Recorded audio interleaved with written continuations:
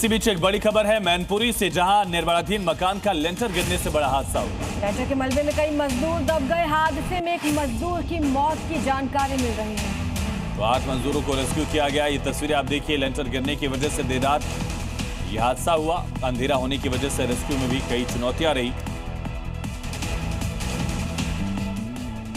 मैनपुरी में GT road पर बन रहे मकान का लेंटर भरभरा कर गिर पड़ा, जिसमें आधे दर्जन से अधिक मजदूर दब गए, जिसके बाद प्रशासन और स्थानीय लोगों ने मिलकर रेस्क्यू ऑपरेशन चलाया और करीब 2 घंटे तक चले राहत बचाव कार्य के बाद मलबे में दबे मजदूरों को बाहर निकाला गया, जो लगभग आधे घंटे तक मलबे में फंसे हुए थे, जिसमें से एक मजदूर के अस्पताल में इलाज के दौरान मौत हो गई, जबकि बाकी मजदूर का इलाज जारी है। साथ ही प्रशासन ने हादसे की जाँच और निर्माण कार्य में लापरवाही पर कार्रवाई करने की बात कही है।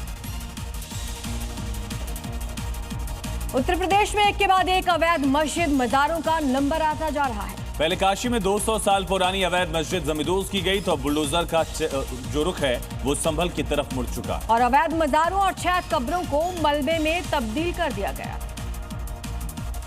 क्योंकि ना तो योगी को अवैध मंजूर है और ना ही बुलडोजर को अतिक्रमण, और इसीलिए अवैध के खिलाफ यूपी में युद्ध छेड़ा हुआ है।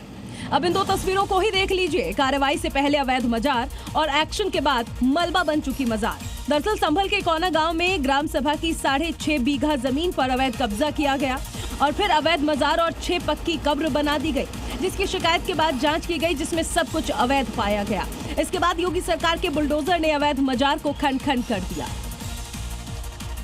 और इसी बीच बड़ी खबर यूपी के बांदा से आ रही है, जहां मंदिर की छत पर सोते हुए पुजारी की हत्या कर दी गई। पुजारी की डंडों से पीट कर हत्या की गई। मामले की जांच पुलिस कर रही है। बुंदेलखंड के बांदा से ये बड़ा मामला, यूपी के बांदा से बड़ी खबर। बंगाल में ममता राज में अवैध तरीके से सरकारी जमीनों पर कब्जा जमाए लोगों पर लगातार एक्शन जारी है और इसी सिलसिले में आसनसोल में सेल की जमीन पर टीएमसी के नाम पर बनाई गई एक बिल्डिंग पर सेल मैनेजमेंट ने बुलडोजर चलवा दिया, जिसे सेल की एक इकाई आईएसपी की जमीन पर जबरन कब्जा करके बनाया गया था।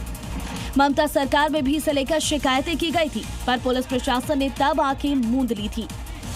लेकिन आज पीले रंग के इस दफ्तर के सामने पीला पंजा गरज रहा था। जिस दफ्तर की आड़ में एनजीओ चल रहा था, वहां आज बुलडोजर चल रहा था। लेकिन जब निर्माण अवैध हो और सत्ता भी जा चुकी हो, तो विरोध की गुंजाइश ही कहां बचती है। इस बुलडोजर एक्शन के डर से पहले ही दफ्तर के सारे सामान हटा लिए गए थे। जम्मू कश्मीर में अमरनाथ यात्रा को लेकर सुरक्षा बल पूरी तरह से अलर्ट है। इस बीच अनंतनाग रेलवे स्टेशन पर उस वक्त अफरा तफरी मच गई जब सुरक्षा बलों ने पूरे रेलवे स्टेशन को घेर लिया, क्योंकि रेलवे स्टेशन के अंदर 2 हथियारबंद संदिग्ध नजर आ रहे थे, जिसके बाद सुरक्षा बलों ने रेलवे स्टेशन पर फौरन ऑपरेशन शुरू कर दिया। दोनों हथियारबंद दौड़ते हुए रेलवे स्टेशन के अंदर घुसे और फिर गोलियां चलने की आवाज सुनाई देने लगी। देखिए कैसे सुरक्षा बलों ने पूरे रेलवे स्टेशन के चप्पे चप्पे को घेर लिया। कमांडोज ने भी अपनी पोजीशन ले रखी है और इस पूरे ऑपरेशन को बढ़िया तरीके से कमांड किया जा रहा है। कुछ ही देर में दोनों हथियारबंद संदिग्धों को काबू कर लिया जाता है। हालांकि अनंतनाग स्टेशन पर हुई ये मुठभेड़ रियल नहीं बल्कि एक मॉक ड्रिल का हिस्सा थी। और इसी बीच खबर आ रही है कौशाम्बी से, जहां पर भैंस चोरों के साथ एनकाउंटर हुआ। 25,000 का नामी गिरफ्तार किया गया। एनकाउंटर में घायल होने के बाद अरेस्ट किया गया। तमंचा, कारतूस और नकदी भी से बरामद की गई। तो तस्वीरें आप देखिए, कौशाम्बी से ये तस्वीरें आई हैं, जहां पर 25,000 का इनामी गिरफ्तार किया गया था। भैंस चोरी का इस पर आरोप है। मुठभेड़ में घायल हुआ, जिसके बाद इसकी गिरफ्तारी हो चुकी है।